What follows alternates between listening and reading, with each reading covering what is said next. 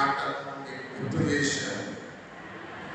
నేను యేసుక్రీస్తు దాసుడను. దాసుడు అంటే దాన్ని గ్రీక్ భాషలో డోరోస్ అన్నారు. అంటే ఏ హక్కు ఏ అర్హత లేనటువంటి వాడు, స్వేచ్ఛ స్వతంత్రం లేనటువంటి వాడు దాసుడు అంటే. కొనబడిన వాడు, పాపములకు అమ్మబడిన వాడు, అది దాసుడు అంటే. నాకు ఒక యజమానుడు ఉన్నాడు. ఆ యజమానుడు ఏది చెబితే అదే చేయాలి. నా ఇష్ట ప్రకారము నేను ఏది చేయకూడదు అనేటువంటి తాత్పర్యం కలిగిన వాడు దాసుడు అంటే. తన మీద కానీ, తన కుటుంబం మీద కానీ, తన బిడ్డల మీద కానీ హక్కు లేని వాడు దాసుడు అంటే. కనుక యేసుక్రీస్తు దాసుడను అపోస్తలుడైన సీమోను పేతురు అంటున్నాడు. మొదట దాసుడుగా ప్రారంభించాడు, నేడు అపోస్తలుడైనాడు. తన ప్రారంభం దాసుడుగా, ఇప్పుడు తను ఏ వ్యక్తిగా ఉన్నాడంటే అపోస్తలుడుగా. ఒక వ్యక్తి జీవితాన్ని, ఒక వ్యక్తి కఠినత్వాన్ని, ఒక వ్యక్తి మూర్ఖతను ఈ లోకంలో ఏ పోలీస్ స్టేషన్లో, ఏ కోర్టులో ఏది కూడా మార్చలేడు. ఒక మూర్ఖుడిని, ఒక దొంగను, ఒక వ్యభిచారిని, ఒక రౌడీని మార్చగలిగినటువంటి శక్తి దేవుని సువార్తకు ఉన్నది. ఇది మనం గమనించాలి.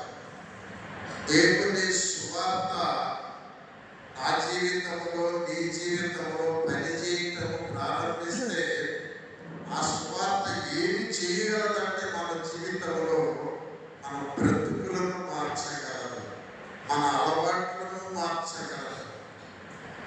మూర్ఖుడు, చేపలు పట్టేవాడు, తొందరపాటు స్వభావం కలిగిన వాడు, పరిమాణాలు లెక్క చేయని వాడు పేతురుగా.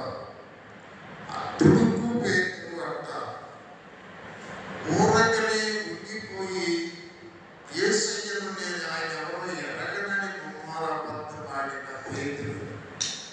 అంత బలహీనుడు ఈ దినాన నేను అపోస్తలుడను అంటున్నాడు. ఆ జాతి భాష కఠినంగా ఉండేది. ఆ మాటలు చాలా బుద్ధు పదాలుగా ఉండే జాలర్ల మాటలు. అలాంటి జాలకి అపోస్తలుడుగా రాస్తున్న మాటలను గమనించాలి. సువార్త ఏం చేసింది? ఒక దాసుని అపోస్తలుడను చేసింది. సువార్త ఏం చేసింది? ఒక పాపిని నీతిమంతుడిగా చేసింది. సువార్త ఏం చేసింది? దేవుడి దగ్గరకు వచ్చి సువార్తకు లోబడినప్పుడు మహిమను కోల్పోయిన మనిషికి మహిమనిచ్చేది. హల్లెలూయా. పిల్లరా, ప్రారంభించినప్పుడు నీవేంటి? సువార్త నువ్వు నమ్మిన తర్వాత సువార్త నిన్ను ఎలా మార్చేది? ఎంతవరకు మార్పు చెందావు? నీ మాటలు ఎంతవరకు మారాయి? నీతిమంతుడిగా చేస్తుంది, నీతిమంతుడిని మహిమ కలిగిన వారిగా చేస్తుంది. ఈ యొక్క సువార్త మహిమలో నుంచి అధిక మహిమలోనికి నిన్ను నడిపిస్తుంది. హల్లెలూయా. కనుక మొదట దాసుడు, ఇప్పుడు నేను అపోస్తలుడను అంటాడు. నేను మిమ్మల్ని అడిగిన ఒక ప్రశ్న, మొదట నువ్వెవరు, ఇప్పుడు నువ్వెవరు? ఇది ప్రశ్న. మొదట నేనేమన్నా నాకు తెలుసు, నా అలవాట్లు తెలుసు, నా భయంకరత్వం తెలుసు, నేను ఆలోచించే విధానం తెలుసు. కానీ ఇప్పుడు నేనెవరినో నాకు తెలుసు. నేను ఈ సువార్త నన్ను ఒక దేవుని సేవకుడిగా మార్చింది. ఈ సువార్త నా కుటుంబాన్ని కట్టింది. ఈ సువార్త నా భార్య నాకు నిలబడి కాపురం చేసేటట్టుగా చేసింది. ఈ సువార్త నా జీవితంలో నా బిడ్డలు చదువుకొని మంచి ఉద్యోగాలు చేసేటట్టు ఈ సువార్త నేను ఎక్కడ ఎక్కడ అడుగు పెడితే అక్కడ నన్ను అయ్యగారు వందనాలు అని అనేకులు రెండు చేతులు జోడించి నన్ను ఆ దేవునికి ఇచ్చేటువంటి విలువ ఇచ్చేటట్టుగా చేసింది సువార్తే. దౌర్భాగ్యుడురా, పాపిరా, వీడు ఎప్పుడు చస్తాడరా, వీడు ఎప్పుడు నాశనం అవుతాడరా, ఎక్కడ ఉండకూడదురా ఊళ్ళో అనేటువంటి ఒక వ్యక్తిని ఈ సువార్త ఏం చేసిందంటే, ఓ ఈ వ్యక్తి ప్రాంతంలో ఉంటే బాగుంటది అనేటట్టుగా చేసింది. నేను మిమ్మల్ని అడిగే ప్రశ్న ఏంటంటే, నిన్నేమన్నా చేసిందా సువార్త? సువార్తకి ఎప్పుడన్నా నిన్ను నీవు అప్పగించుకున్నావా? ఒకప్పుడు ఉంటే నువ్వు ఇప్పుడు ఎంతవరకు నిన్ను సువార్త మార్చింది అది చెప్తూ ఉన్నాడు. చూడండి, మొదట వచ్చిన యేసుక్రీస్తు దాసుడను ఒకప్పుడు, ఇప్పుడైతే అపోస్తలుడైన సేవలు. ఒకప్పుడు చేపలు పట్టే జాలరిని, ఇప్పుడైతే దైవ జనుడను. ఒకప్పుడు ఏ శక్తి ఏ నీతి లేనటువంటి వాడిని, ఇప్పుడు దైవ శక్తి దైవాత్మతో నింపి చచ్చిపోయినటువంటి వారిని నా నీడ తల్లి బ్రతుకుతూ ఉన్నారు. పుట్టుకుంటి వారు గంతులు వేస్తూ పరిగెత్తుతూ ఉన్నారు. అది సువార్త నన్ను ఇలాగా చేసింది. మరలా అడుగుతున్నాను, నిన్నేమన్నా ఈ సువార్త మార్చగలిగిందా? ప్రశ్నించుకోవడానికి మాట చెప్తున్నా. పేతురు పత్రిక అదే చాలా ప్రశ్నలు వేస్తున్నాడు పేతురు మనవాడు. ఆ యొక్క తర్వాత అంటాడు, ఆ యేసు మన దేవుని యొక్క రక్షకుడైన యేసుక్రీస్తు యొక్క నీతిని బట్టి, మన దేవుని యొక్క రక్షకుడైన యేసుక్రీస్తు యొక్క నీతిని బట్టి మావలే అమూల్యమైన విశ్వాసం పొందిన వారికి శుభాలు అని చెప్తా ఉన్నాడు. ఈ మాట నేను కొంచెం లోతుగా తవ్వి చెప్తున్నాను. నేను కొంచెం లోతుగా తవ్వి చెప్తూ ఉన్నా. ఆ జాగ్రత్తగా వినండి. దేవుని యొక్క రక్షకుడైన యేసుక్రీస్తు యొక్క నీతిని బట్టి, ఇక్కడ ఇద్దరిని చూపిస్తా ఉన్నాడు పేతురుగా. ఒక ఆయన ఎవరు? దేవుడు. ఇంకొక ఆయన ఎవరు? యేసుక్రీస్తు. వీళ్ళిద్దరికి తేడా ఏంటి? దేవుడికి యేసుక్రీస్తుకి తేడా ఏంటి చెప్పాలి. దేవుడు చెప్తూ అన్నాడు, నేను చెప్పలేదు. చెప్తారా? దేవుడు, మనుషులు ఎవరైనా దేవుడిని చూస్తే చచ్చిపోతారు. దేవుడు ఉన్నటువంటి ప్రాంతానికి వెళ్తే కాలిపోతాం. ఆ దేవుణ్ణి ఈ కళ్ళతో అలా చూస్తే ఈ కళ్ళు పేరిపోతాయి. దేవుని మహిమను చూస్తే మనము చచ్చిపోతాం. అది దేవుడు అంటే. చూడండి, నిర్గమకాండం 33వ అధ్యాయం, నిర్గమకాండం 33వ అధ్యాయం 20వ వచనం. మరియు ఆయన, నీవు నా ముఖము చూడజాలవు, ఏ నరుడు నన్ను చూసి బ్రతకడు. అది దేవుడు అంటే ఏంటి? ఆయన చూస్తే నరుడు బ్రతకడు. అది దేవుడు. అది దేవుని నీతి, అది దేవుని శక్తి, అది దేవుని ప్రభావం. ఆ దేవుని యొక్క మరి యేసుక్రీస్తు అంటే ఎవరు? హల్లెలూయా. మహిమను విడచి ఒక స్త్రీ గర్భంలోనికి వచ్చి, ఆ స్త్రీ గర్భంలో రక్త మాంసములను పుంజుకొని కన్నికగా పరిశుద్ధంగా పురుష సంయోగం ఎరగకుండా పరిశుద్ధాత్మ శక్తితో జన్మించిన పరిశుద్ధుడైనటువంటి జన్మత పితృపరంపరమైన దోషము లేనటువంటి నీతిమంతుడు మనుష్యుడు యేసయ్య. పిలాతు అంటాడు, యోహాను సువార్తలో ఆ మాట ఉన్నది. సరే, కొద్దిగా వాక్యాలు చెప్పదు కానీ, ఇదిగో ఈ మనుష్యుడు అంటాడు. ఆ మాటలు పెద్ద అక్షరాలతో రాసి ఉంటాయి. ఇదిగో ఈ మనుష్యుడు. మత్తయి సువార్తలో, యోహాను సువార్తలో 19వ అధ్యాయం 5వ వచనం చదువుతాం. ఆ ముండ్ల కిరీటమును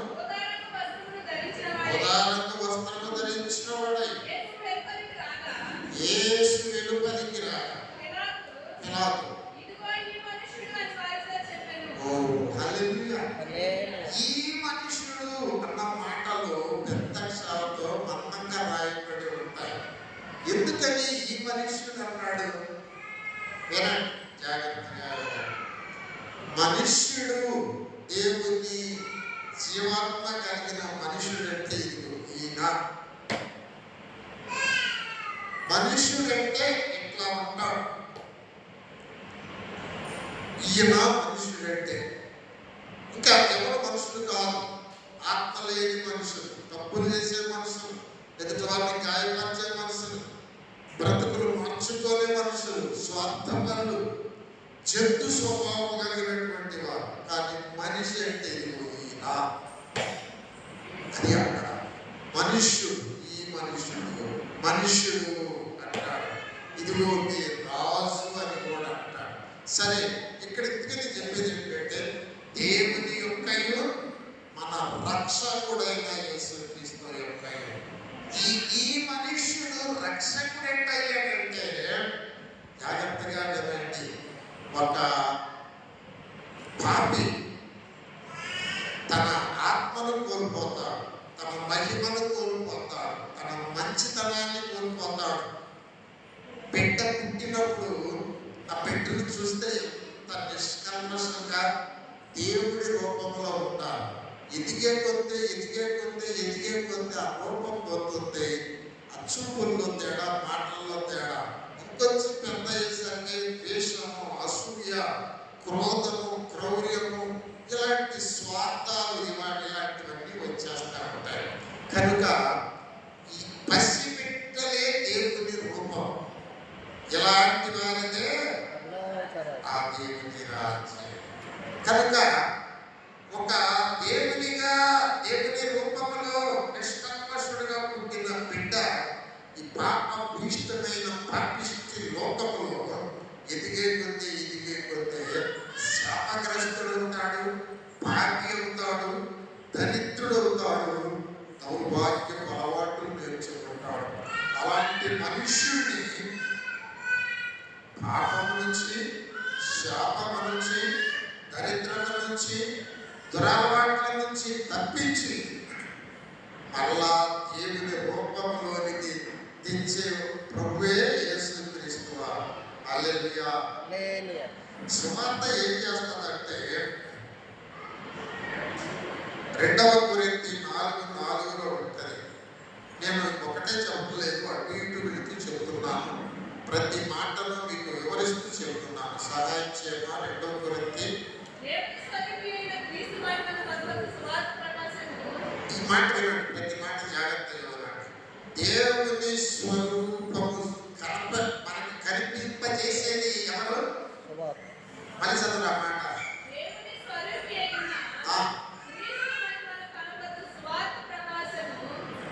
యేసయ్యను, ఆయన యొక్క మహిమ ప్రకాశాన్ని మనకి కనిపింపజేసేది సువార్త అంటారు.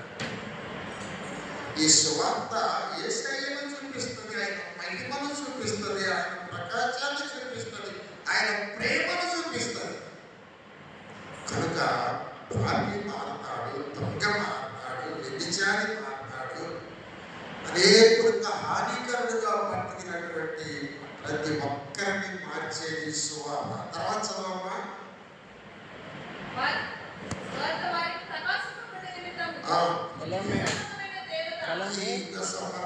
దేవత అవిశ్వాసులైన వారి మనోనేత్రాలకు గుడ్డితనము కలుగజేసెను. ఈ సువార్త వారి యొక్క మనస్సులోని మనోనేత్రాలను వెలిగించకుండా గుడ్డోళం చేసేసిందంట. ఏంటి యుగ సంబంధమైన దేవత. ఎవరిని అంతమే చేసిందా? కొంతమందిని చేసిందా? అవిశ్వాసుల వల్ల గుడ్డివారిగా చేసింది. విశ్వాసుల యొక్క గుడ్డితనాన్ని వెలిగించేది సువార్త. మనోనేత్రాలు గుడ్డిగా నిజమండి. సువార్త ఎవరిలో వెలగదో వాళ్ళు లోకస్తులాగానే బ్రతుకుతారు. వాళ్ళ మాటలు, వాళ్ళ ఆలోచనలు లోకస్తులాగానే జంతు స్వభావంతోనే ఉంటారు. సువార్త ఏ వ్యక్తి మనోనేత్రాలు వెలిగిస్తుందో తర్వాత చదవమా. అంధకారములో నుండి అంధకారములో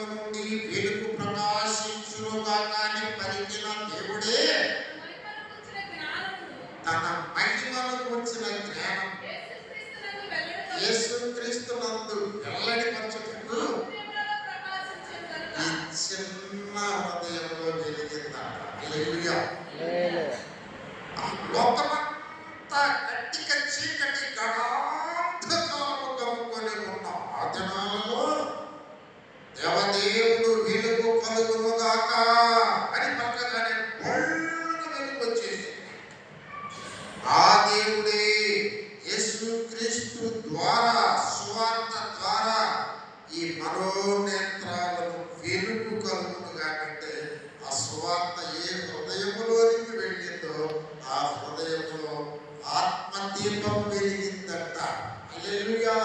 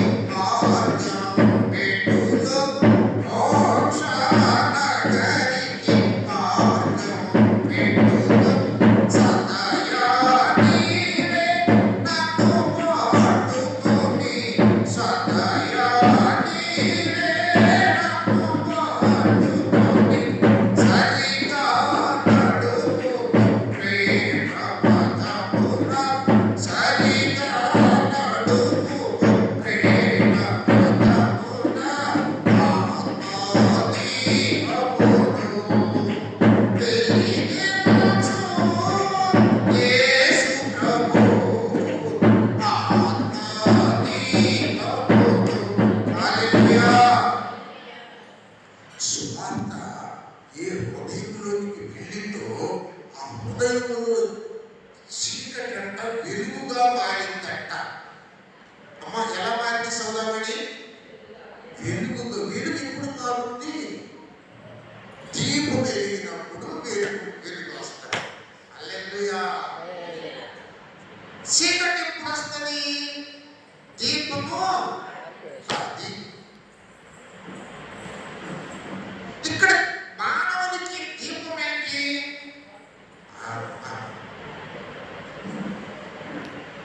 అందుకనే మనిషి చచ్చిపోయినప్పుడు అక్కడ ఏం పెడతారు? దీపం ఆరిపోయిందని అర్థం. దీపం బయటకు వచ్చిన దాన్ని తలకాడ పెట్టి ఒక కట్ట బాగులేస్తారు. దీపం ఆరిపోయింది.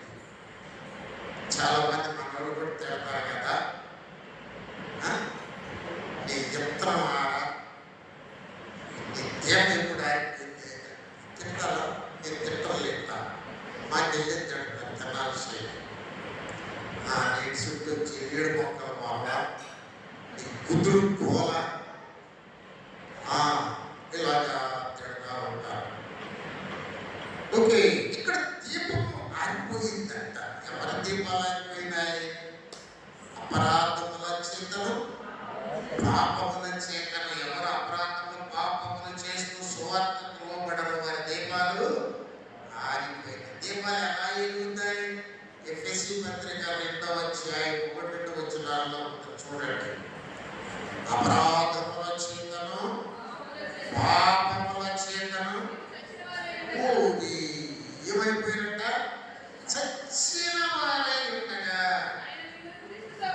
ఆయన మిమ్మల్ని క్రీస్తుతో కూడా వింటున్నాక. ఇప్పుడు ఇక్కడ చచ్చిన వారెవరో, బ్రతికిన వారెవరో? అపరాధములు పాపములు చేసే వాళ్ళందరూ కూడాను చచ్చిన వారు. మరి బ్రతికిన వారెవరు? క్రీస్తుతో కూడా, చదువు, క్రీస్తుతో కూడా. క్రీస్తు అంటే సువార్త ఎవరి జీవితంలో, ఎవరి హృదయంలోనికి ప్రవేశిస్తుందో అక్కడ ఆత్మదీపం పళ్ళ వెలిగిందంట. ఎప్పుడైతే ఆత్మదీపం వెలుగుందో ఆ చీకటి మాటలు, చీకటి పనులు, చీకటి కార్యాలు చేయలేదు. వెలుగులో చీకటి కార్యాలు చేయలేదు. ఆ దీపము మనకి చూపిస్తా ఉంటుంది. అది చీకటి పరిచి సిగ్గు లేదా నీకు? ఏంటి అలాంటి మాటలు మాట్లాడతా? విశ్వాసం అయ్యింది అలాంటి పనులు చేస్తావు నువ్వు? నీకెవరన్నా బుద్ధి ఉందా? ఆ దీపము వెలుగులో మనస్సాక్షి ఆ వ్యక్తిని గర్దిస్తుంది. మనస్సాక్షి నిన్ను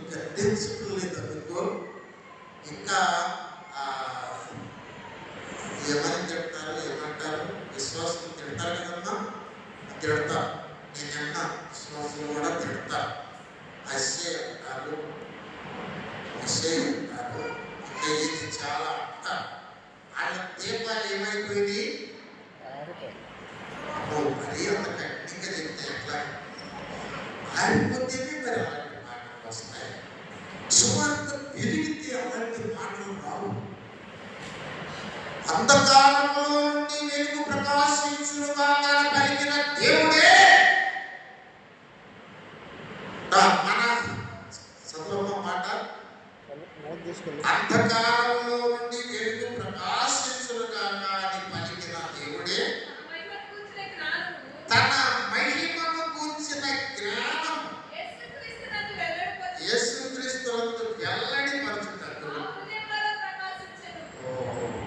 ఏమంటే హృదయంలో ఆత్మ దీపం వెలిగితే యేసుక్రీస్తును గురించిన మహిమ జ్ఞానం మనకు వస్తుంది అంటాడు. యేసయ్య ఎప్పుడైనా బొత్తులు తిట్టాడా? యేసయ్య ఎవరినన్నా తిట్టాడా? హల్లెలూయా, హల్లెలూయా. ఆయన పాపము చేయలేదు, చేయజాలనే కాదు.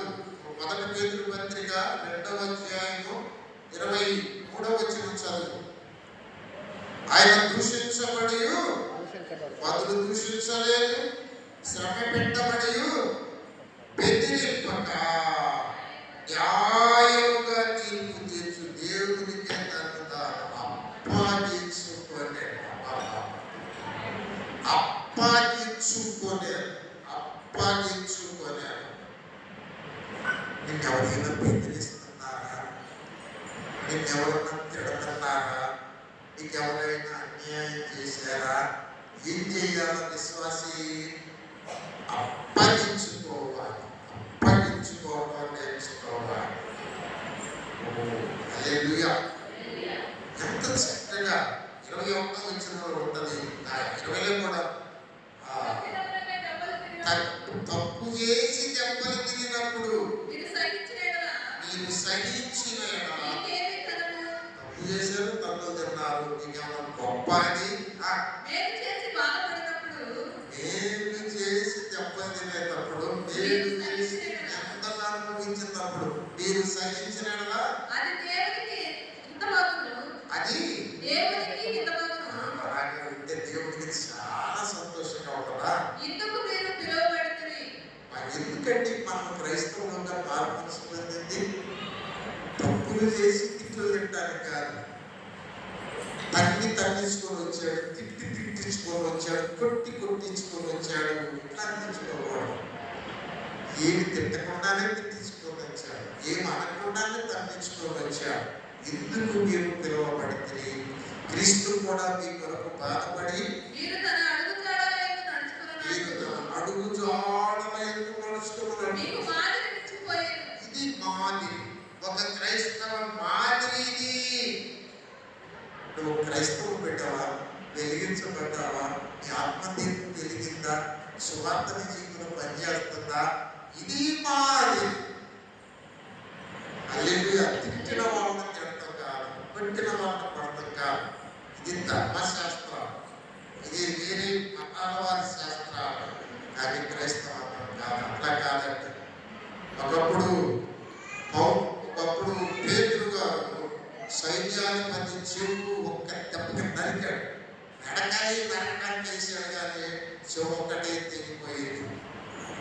యేసయ్య వెంటనే చెవు అతికించేశాడు. అతికిపోతే ఆ సైనికులందరూ పేతురుని చంపేవాళ్ళు. అతికి పెట్టి పేతురు బతికాడు.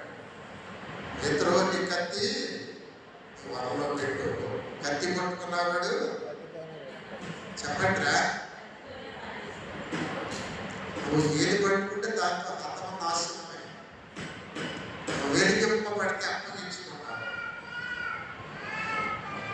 యేసయ్య నీకు అర్థమైతే నువ్వు రక్షించబడితే మాటకు మాట, లేకపోతే మనుషుల గొడవలు ఇలాంటి పనికిరావు.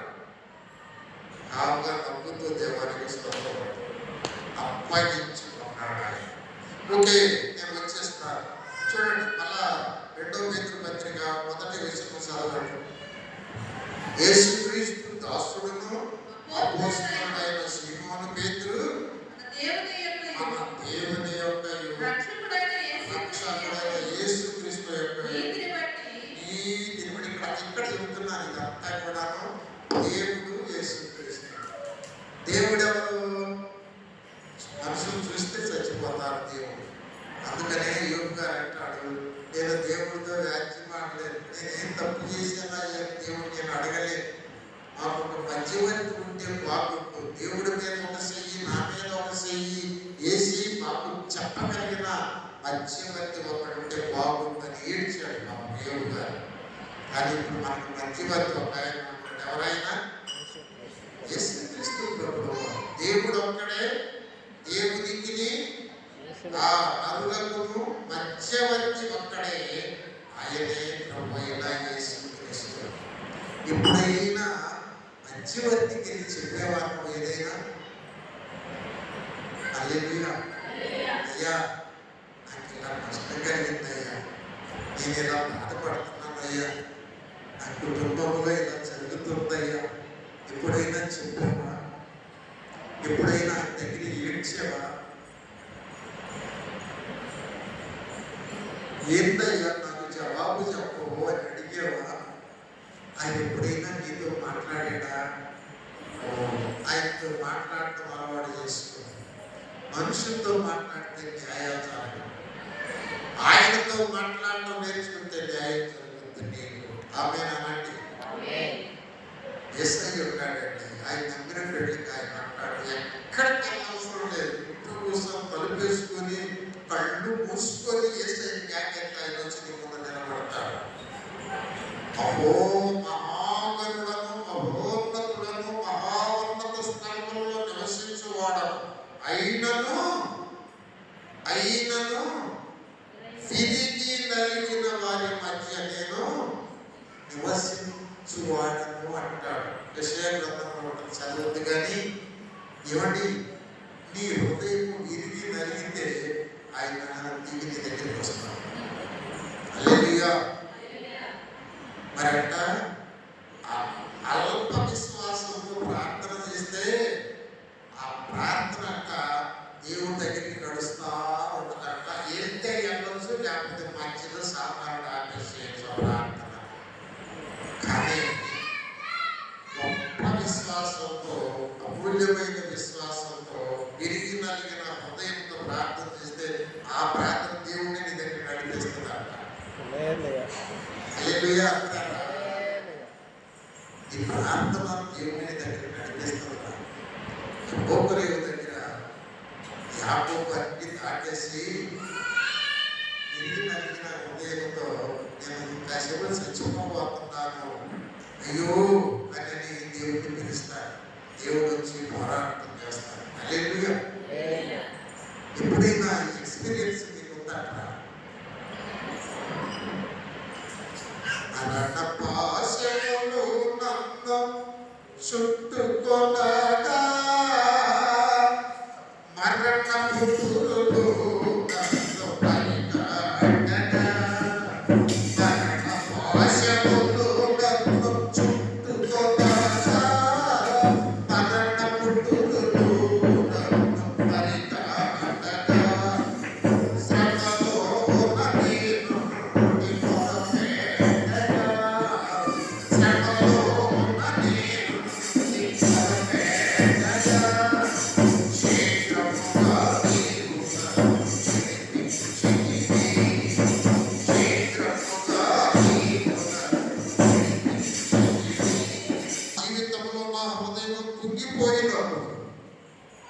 నాకు ఒకే ఒక మార్గం, నా యేసయ్య దగ్గరికి వెళ్ళి నేను మొరపెట్టడం. నీకు అలవాటు ఉందా ఇది? ఎప్పుడైనా నీకు కష్టం వస్తే బజారుకి అరవటం కాదు, నోరుంది కదా, నాకు బలముంది కదా అని అరవటం కాదు, దేవుడిని చేత అనిపించు. ఆయన అరిస్తే నీకు మేలు జరుగుతుంది, నువ్వు అరిస్తే నీకు కీడు జరుగుతుంది. అలవాటు చేసుకో. దేవుడు నీ దేవుడు, నిన్ను పిలిచిన దేవుడు, దేవుని యొక్కయు మన రక్షకుడైన యేసుక్రీస్తు యొక్కయు నీతిని బట్టి నీవు నేను విశ్వాసమయ్యా. నీ దేవుడు నీతిమంతుడు, నీ రక్షకుడు జాలి కలిగిన వాడు. నీవు నమ్మిన దేవుడు వాత్సల్యపూర్ణుడు. నిన్ను కన్న తల్లి కంటే, నిన్ను కన్న తండ్రి కంటే, నీవు కన్న బిడ్డల కంటే నీవు ఈ లోకంలో ప్రేమించి ఆదుకొని నాకు స్నేహితులు ఉన్నారు, బంధువులు ఉన్నారు, భాగవతులు ఉన్నారు అని నువ్వు ఆదుకున్న వీళ్ళందరికంటే గొప్పవాడు ఆయన అనుకుని ఆయనకి మధ్యవర్తిగా ఈ సమస్య చెప్పి చూడు, ఆయన ఏం చేస్తాడు. కనుక మన దేవుని యొక్కయు మన రక్షకుడైన యేసుక్రీస్తు యొక్కయు నీతిని బట్టి మావలే అమూల్యమైన విశ్వాసము పొందిన వారికి శుభము. ఇదండి శుభాలు. శుభాలు తెలియజేస్తా ఉన్నాడు. శుభాలు అంటే వందనాలంటే బాగున్నారా? ఓకే, నేను మ్యారేజ్ డే జరుపుకున్నారు, చాలా బాగుందండి. అసలు మీరు ఇచ్చిన స్వీట్స్ కానీ మీరు పెట్టినటువంటి ఇది రంగు చేపలంటే ఏ చేపలవి అసలు ఆ చేపల పులుసు ఎంత బాగుందండి అసలు. ఓకే అండి, దేవుడు నమ్మలేదు. శుభాలు, శుభాలు. ఓకే, ఈ 3 వచనాలు శుభాలు చెబుతున్నాడు. నేను ఒక్క వచనమే చదివాను. శుభము అని చెప్పి వ్రాయినది మావలే అమూల్యమైన విశ్వాసము. హల్లెలూయా. మావలి. పేతురు ఎంత బలహీనుడో మీకు తెలుసు కదండి. ప్రతి చిన్న విషయానికి కదిలిపోయేవాడు, తొందరపడేవాడు. అపన్న ఏసై నడిచేస్తున్నాడు, నేను కూడా నడుపుతున్నాను, ఎగిరి సముద్రంలో దూకినాడు పేతురు. చాలా తొందరపాడు. సావమ్మ సంతాగా నీకోసం అబద్ధం ఆడతాను, కోడి పోయి ముందు 3 సార్లు అబద్ధం ఆడతావు పేతురు అంటే, ఏం మాట్లాడుతున్నావయ్యా అసలు? నేను నిన్ను ఎక్కడంటానా? నువ్వు అబద్ధం ఆడితే కోడే పోయిపో అన్నాడు.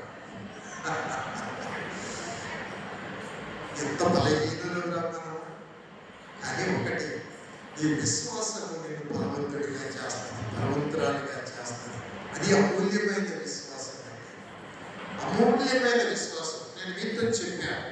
అమూల్యమైన విశ్వాసం అంటే శ్రమలు సహించే విశ్వాసం, శ్రమలలో ఓర్పుని నేర్పే విశ్వాసం, పాపంలో పడిపోకుండా నిలబెట్టే విశ్వాసం. మీకు 3 విశ్వాసాలు చెప్పాను. శ్రమలలో సహించే విశ్వాసం, శ్రమలను జయించే విశ్వాసం, శ్రమలలో దేవుని మహిమపరిచే విశ్వాసం, శ్రమలు సహించే విశ్వాసం. ఓ హల్లెలూయా, హల్లెలూయా. శ్రమలు సహించే విశ్వాసం. చిన్న శ్రమ వచ్చేందుకు అమ్మాయి డాక్టర్కి ఎందుకు రాలేదంటే ఏం చెప్పేదన్నయ్యా, ఏం చెప్పమంటావు? అసలు విశ్వాసులు ఒక సహోదరు అందరూ పని అంతే, అందరూ అట్టాగే ఉంటారు. పని చెప్పేది అని అసలు వచ్చి కూడా వచ్చుకోలేక అని డాక్టర్ నేను రానిక. చిన్న శ్రమ, చిన్న శోధన నీ ఆత్మని చంపేసి నిన్ను గుడ్డివాళ్ళు చేసి దేవునికి దూరంగా నరకానికి దగ్గరగా సాతాను ఒళ్ళు ముసుగేసి కూర్చోబెట్టినట్టుగా అయిపోతారు. నీ విశ్వాసం శ్రమలను బ్రతికిందా? నన్ను ఎందుకు అన్నయ్యా, నన్ను ఎందుకు చెప్పేదన్నయ్యా? అయ్యో, ఒక చిన్న మాట సరే అయిపోయింది. నేను ప్రార్థన రాలేకపోయినన్నయ్యా. నీ విశ్వాసం శ్రమలను సహిస్తుందా? కుక్క అన్నాడు యేసయ్య. కుక్కనన్నయ్యా, నీకు వందనాలయ్యా అన్నాడు. విశ్వాసం, మన విశ్వాసం ఏ రీతిలో ఉన్నా 3 విశ్వాసం చెప్పారు, నీకు గుర్తుందా? గొప్ప విశ్వాసం. ఎంత గొప్ప విశ్వాసం, అమూల్యమైన విశ్వాసం కదా. గొప్ప విశ్వాసం కాడ అమ్మా నీ విశ్వాసము గొప్పది అన్నాడు. ఎవరిని ఎందుకు అన్నాడు గొప్పదని? ఎప్పటిపడి ఎంత పట్టించుకోలేదు. నా బిడ్డ చచ్చిపోతున్నాయి, ఏం పట్టింది అంటే వీటికి నేను ప్రార్థన చేయడానికి రాలేదు, నా బిడ్డలకు ప్రార్థన చేయడానికి వాళ్ళకి కాపాడటానికి వచ్చాను. నా బిడ్డల కోసం ఈ యొక్క వరాలు దాచుకున్నాను. నా పిల్లలకి పెట్టి రొట్టె మొక్కలు కుక్క పిల్లలకి ఏం అన్నాడు. ఎక్కడంటే అసలు ఏమన్నా వదిలిపెట్టిందా? వాకాళ్ళు దండం పెట్టి కాళ్ళు పట్టుకుంటుందండి. చిన్న మాట విశ్వాసం కదిలిపోతుంది కదా. చిన్న మాట విశ్వాసం ఒక మాటే మర్చిపోతున్నాం మనం. కనుక గొప్ప విశ్వాసం, ఎంత గొప్ప విశ్వాసం అన్నా కూడా ఎవరు చూపించారు? యాయీరు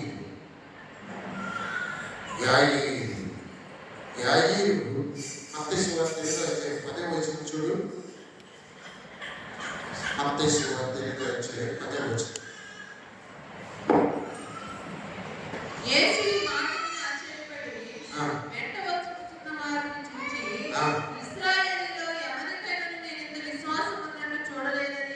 ఎంత విశ్వాసం ఇజ్రాయేలీయులు. ఇవండి శతాధిపతి యాయీరు అంటారు సాక్షాత్ శతాధిపతి. ఇజ్రాయేలీయులు అంత విశ్వాసం వాళ్ళని చూడలేదు. గొప్ప విశ్వాసం. ఇక్కడ పేతురు అంటాడు మాది అమూల్యమైన విశ్వాసం అంటాడు. మనదే విశ్వాసం, మనదే విశ్వాసం.